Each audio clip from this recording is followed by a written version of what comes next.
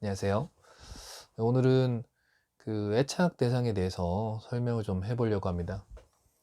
애들이 이불이나 아니면은 베개 혹은 인형에 너무 집착하는데 너무 손때가 많이 묻어가지고 더러운데 이거 빨지도 못하게 해갖고 너무 집착하는 것도 좀 않지 않냐라는 질문 하셨어요. 그래서 이 애착 대상에 대해서 잠깐 아이들이 성장을 할 때 그냥 단순히 잘 크겠지 뭐 그렇게 잘 큰 애들이 있죠. 그런데 어, 잘 크지 않고 그게 나중에 사춘기 돼서 정말 이게 안 되는 그런 결핍들이 다른 그러니까 집착하면 안 되는 것에 집착하는 모습으로 왜곡되어서 나타나기 때문에 아이들 발달할 때에 좀 예민하거나 조금은 특히 이제 둘째, 셋째 막내들 경우에는 애착 기간이 좀 길거든요. 그래서 우리가 이런 개념들이 어렵지만 이해하고 키우는 게 중요하다라는 거, 그 점에서 좀 설명을 좀 드리겠습니다. 그러니까 애착이라는 게 기본적으로는 발달 과정 중에 무조건 거치는 것 중에 하나입니다. 뭐 없는 아이처럼 보이지만 사실은 존재해요. 그게 이제 부드럽고 딱딱하고 이런 거 상관없이 아이는 엄마로부터 떠나야 되는 그 과정을 거치거든요. 여기부터 잠깐 설명드리고 올라갈게요. 그 아이가 태어나면 엄마라는 존재가 거의 24시간 붙어 있죠. 그러니까 애착, 서로 사랑하는 대상이 붙어 있다라는 애착이 아기는 엄마 뱃속에서 10개월 동안 그냥 한 몸이었기 때문에 붙어 있는 진짜 붙어 있는 애착을 100% 하고 있는 겁니다. 근데 엄마 뱃속에서 태어나고 나서 그 엄마라는 대상이 자기에게 있어서 통제 가능한 존재였다고 착각을 하는 거죠. 그냥 엄마는 내 마음대로 그냥 옆에 있다라고 생각하는데 점점 시간이 지나서 본인도 어떻게 되냐면은 세상이 보이고 엄마도 엄마 일이 이제 해야 되는 일들이 생기는 거고 이게 보통 이제 짧게는 10개월에서 길게는 한 36개월. 물론 이런 일반적인 기간을 얘기하면은 각 개별적으로 다 다르죠. 우리 애는 다른데 달라요. 그러니까 일반적으로 10개월에서 길어서 36개월, 30개월 정도인데 저희 아이들 같은 경우에도 막 8살, 9살인데도 아직 애착 대상이 많습니다. 인형도 뭐 자기 방에 뭐 그 인형 없으면 안 되는 거죠.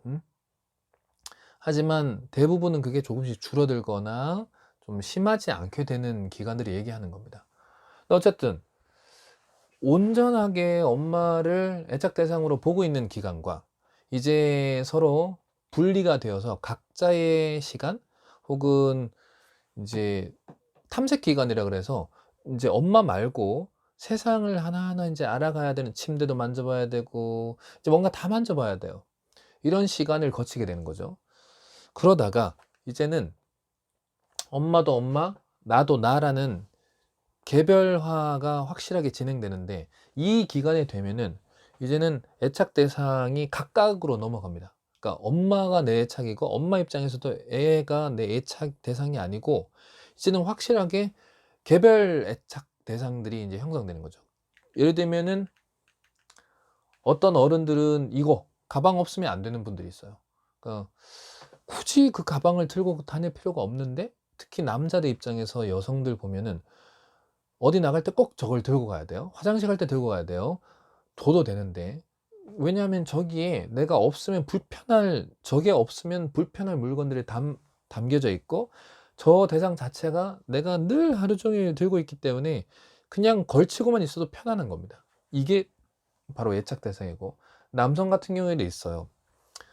어느 일정 기간 늘 들고 있는 뭐 예를 들면 공무원 준비한다. 그러면 공무원 준비할 때에 내가 이게 24시간 들고 봐야 되는 책들이 있어요. 내가 무슨 뭐 임용고시 준비해요. 그럼 임용고시 준비할 때에 내가 24시간 봐야 되는 책들이 있습니다. 없으면 불편한 거. 그런 거는 일정 기간 동안의 애착 대상이 되는 거죠. 예를 들면은 연예인들 보세요. 연예인들 중에 선글라스 없으면 안 되는 분이 있죠. 선글라스 없으면 안 돼. 그럼 이거 없으면 불편한 거죠. 이것 또한 선글라스도 그분들한테는 애착 대상인 거죠. 저거 없다. 그럼 큰일 나는 거죠. 또 어떤 분은 모자. 특히 인제 저희 아버지 같은 경우에도 인제 머리가 없으시니까 머리를 이렇게 보호할 수 있는, 뭐 햇볕 때문에도 그렇지만 기본적으로 늘 쓰고 다니는 모자가 이제 나에게 애착 대상이 돼 버리는 거예요, 없으면 불편한 거. 자, 그러면 우리 현대인들한테 이런 특별한 애착 대상이 아니라 그냥 기본 모든 사람에게 애착 대상이 된 게 뭘까요? 바로 이 스마트폰, 휴대폰이 되겠죠. 이 어떤 분한테 "핸드폰 잠깐 주세요." 하고 "제가 가지고 있을게요." 하면 얼마나 불안하겠어요. 본인 건데. 그런 것처럼 어 그 아이만 애착 대상이 있는 게 아니라 사실 죽을 때까지 인간은 자기에게 있어서 덜 불편하게 만들어 줄 수 있는, 자기 마음을 안정화시킬 수 있는 대상을 다 애착 대상이라고 보셔야 됩니다. 인간에게 있습니다. 어머님들도 있고, 저녁에 우리가 잠을 잘 때 어른들도 베개 없으면 안 되고, 사실 이불 없으면 안 되고, 사실 그것 또한 애착 대상인 거고, 애착 대상이 물건이기도 하지만 사람인 것 또한 같거든요. 저녁에 잘 때 부부는 아내 없으면 안 되고 남편 없으면 안 되는 거예요. 그게 실제로 애착 대상인 거죠. 그런 관점에서 아이가 자연스럽게 엄마가 없어도 덜 불편하고 안정감을 느끼기 위해서 늘 들고 있고 자기가 품으려고 하는 것이 바로 애착 대상이다 라는 관점에서 아이를 바라보셔야 됩니다. 자, 그러면 애착 대상에 대해서 어머님들은 어떤 행동을 취해 줘야 되고 어떻게 해야 되냐가 이제 관건이겠죠. 절대로 그거를 단순 물건 취급하시면 안 돼요. 우리가 예를 들면 엄청 중요하게 여기는 이 물건을 누군가가 이거를 하찮게 여겨요. 혹은 이거를 그 남편이 아내의 가방을 청소한다고 옆으로 던지는 행동을 합니다. 그러면 얼마나 기분이 상하겠어요. 마음이 상하겠죠. 똑같습니다. 또 남편 입장에서 이 책이 되게 중요한데 아내 입장에서는 책이 너무 많아.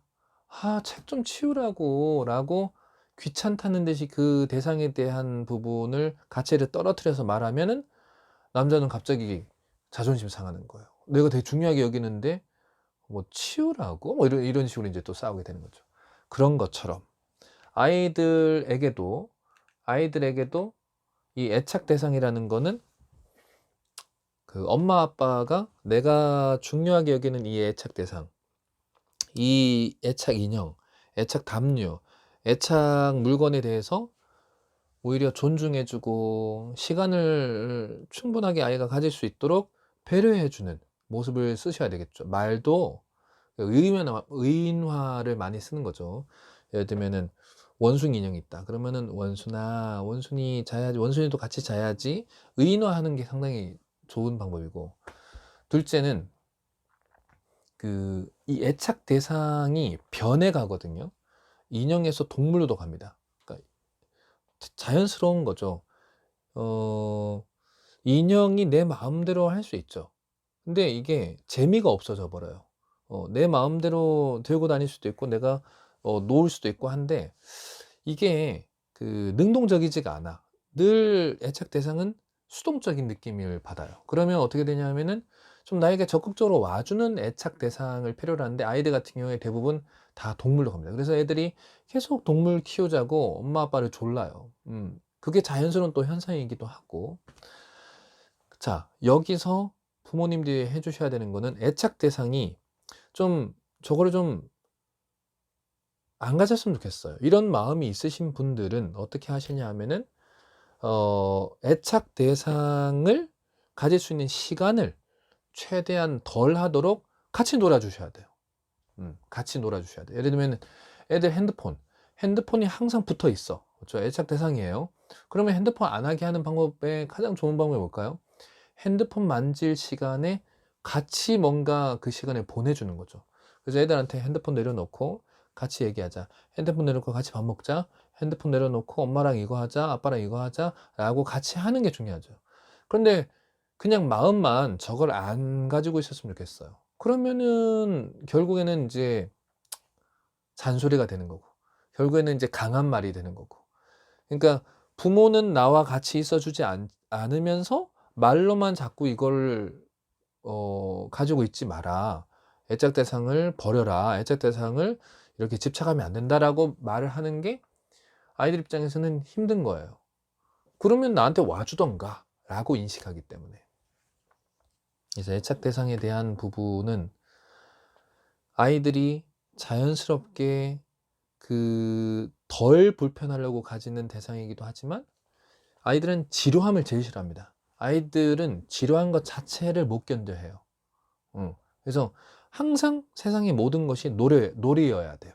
재미있는 놀잇감이 있어야 되는 게 정상인 세상이라고 여깁니다. 그래서 그래서 우리가 놀아주기가 되게 힘든 거죠. 그 시간 자체를. 그래서 부모님들도 체력이 있어야 되고, 그리고 조금 그 기간을 견뎌야 되는 것도 확실한 거죠. 어쩔 수 없는 거죠. 그래서 이 애착 대상에 대해서 우리는 이렇게 발달해가는 자연스러운 현상이다. 그리고 애착 대상은 애들만 있는 것이 아니라 어른들도, 부모들도 다 애착 대상을 다 개개인이 갖고 있는 것이다 라는 거 인식하셨으면 좋겠습니다. 그래서 애착 대상을 어떻게 바라봐야 되냐. 두 번째, 애착 대상에 대해서 우리가 어떻게 대처해야 되냐. 세 번째, 애착 대상을 우리가 덜 아이들이 그 애착을 하게 하려면은 내가 좀 더 많은 시간을 함께 해줘야 되는 거다. 이렇게 이제 정리할 수 있겠습니다.